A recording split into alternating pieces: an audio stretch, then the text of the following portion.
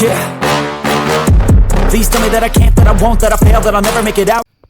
Yeah, so we just spent Thursday, Friday, Saturday, Sunday, 4 days at SCT at Edgewater and could not get the car to spool. I thought it was the camshaft. We fought with it for a while and got home and nothing made any sense to me. We put the 5.3 max effort BTR cam back in it, still wouldn't spool.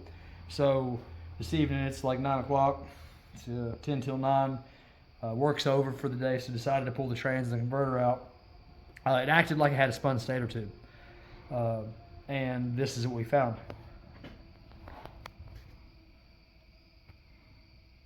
I believe that's called the impeller, if I recall. I get the names of those two backwards. I know how to take it apart and do some stuff, but we ripped the outer fins off of it pretty good. So I believe we're gonna need to we're gonna need some parts. So. You said a spun stator tube. What is that exactly? Oh, the stator tube would be the transmission. This is the little snout that sticks off the power glide that the converter goes on. It's called the stator tube.